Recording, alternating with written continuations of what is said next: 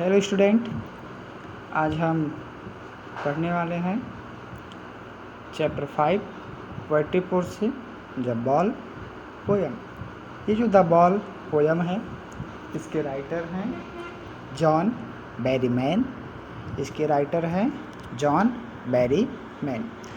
तो हम इस पोयम के माध्यम से ये समझेंगे कि अगर हमारा कोई भी वस्तु अगर लॉस्ट हो जाता है, अगर वो गायब हो जाता है, तो हमें क्या करना चाहिए, उस समय लोगों की परिस्थिति क्या हो जाती है। तो हम इस पोयम के माध्यम से उन सभी की जानकारी प्राप्त करेंगे। तो चलिए स्टार्ट करते हैं। अब देखिए फर्स्ट स्टैंजा हम पहले देखते हैं क्या है। What is the boy now who has lost his ball, what is he to do, I saw it go, merrily bouncing down the street, and then merrily over there it is in the water. Next भी हम इसको cover करते हैं। No use to say, oh there are other ball, an ultimate shaking grief fixed the boy, all he stands rigid trembling staring down all his young day into the harbor where his ball went। अब ये क्या कह रहे हैं? First stanza में ये समझा रहे हैं कि अब उस लड़के को क्या हो गया जिसका गेंद गायब हो गई है। क्या है? उस लड़के को क्या हो गया है जिसका गेंद गायब हो गया है। अब वह क्या करने वाला है? कभी पूछते हैं अब वह क्या करने वाला है, फिर कभी क्या कहते हैं कि उसने गेंद को प्रसन्नतापूर्वक उछालते हुए और गली में जाते हुए देखा। कहाँ देखा? वो उछलते हुए गली में जाते हुए देखा। फिर बाद में जो गेंद है वो खुशी से उछलते हुए पानी में चली गई। क्या हुआ? खुशी से उछलते हुए पानी में चली गई। नेक्स्ट स्टेंजा में क्या कहते हैं? नो यूज टू से, यानी कि यह कहने से कोई फ़ायदा नहीं है। देयर आर अदर बॉल, कि अरे दूसरी गेंदें यहाँ पे हैं, यानी कि दूसरी गेंद हैं, ठीक है, बट ये चीज़ कहने का कोई फ़ायदा नहीं है।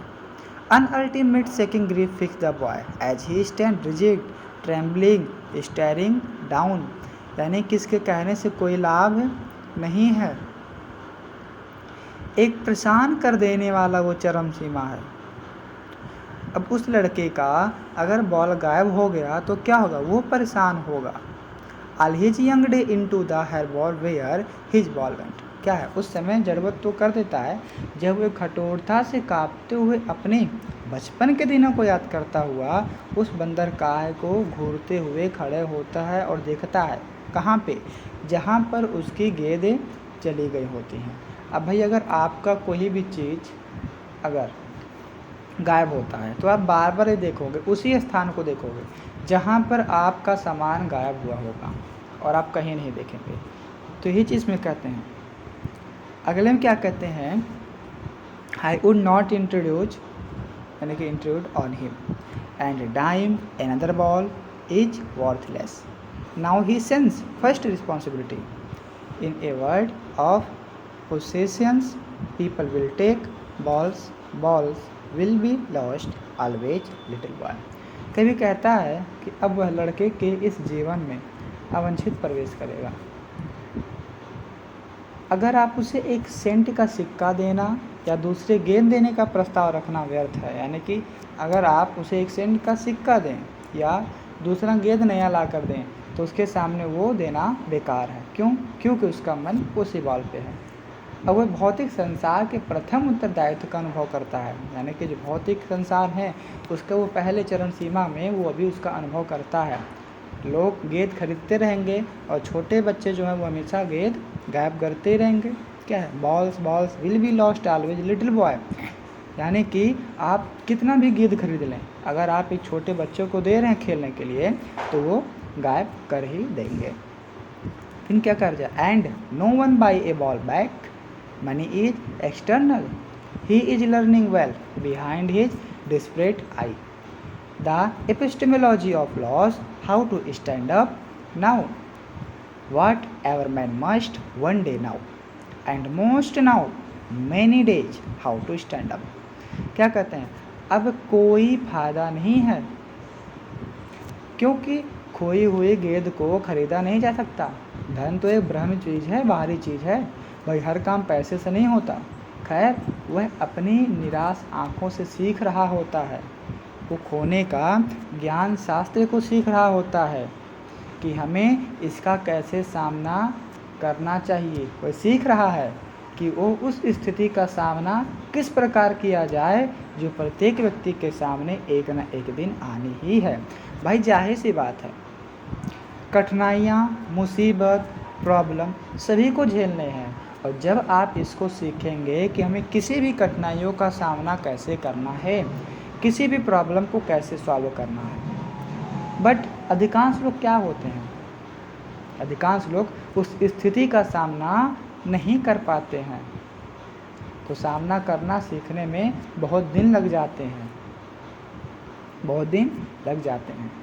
तो कहानी में यही चीज़ दर्शाए गए हैं कि आप किस प्रकार से अपनी गलतियों को सुधार करें, और अगर आपके सामने कोई भी परेशानी परिस्थिति आ जाए तो आप उसे किस प्रकार से सुझाव करेंगे, किस प्रकार से उसे आप सुलझाएंगे। तो यही इस कहानी के माध्यम में बताया गया है। तो चलिए इसी के साथ साथ हम कुछ वर्ड मीनिंग देख लेते हैं जो कि इम्पोर्टेंट होते हैं। तो ये हैं वर्ड मीनिंग। वर्ड मीनिंग में देखिए, पहला क्या है, मैरिली। तो मैरिली का मतलब होता है हैप्पीली, यानी कि खुशी से। डाउन द स्ट्रीट, गली में। नो यूज, नो एडवांटेज, कोई फ़ायदा नहीं। Ultimate, of very high intensity, यानी कि चरम। ग्रीफ, ग्रीट सैडनेस, यानी कि गहरा दुख। रिजिड, यानी कि हार्ड, कठोर। ट्रेमलिंग, शैकिंग, कांपते हुए।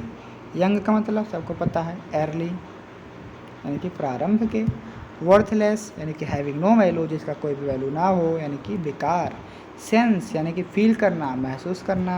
रिस्पॉन्सिबिलिटी, यानी कि जिम्मेदारी, ड्यूटी, जिसे क्या कहते हैं, उत्तरदायित्व, जिम्मेदारी। पोसेशन, यानी कि पोजीशंस। बिलोंगिंग्स, यानी कि संपत्ति। तो उसकी संपत्ति क्या थी, बॉल। वर्ल्ड ऑफ पोसेशंस, यानी कि मटेरियलिस्टिक्स, ग्लोब, भौतिक संसार। डिस्परेट, होपलेस, यानी कि निराश। स्टैंड अप, यानी कि फेस, सामना करना, किसी भी चीज़ का सामना करना।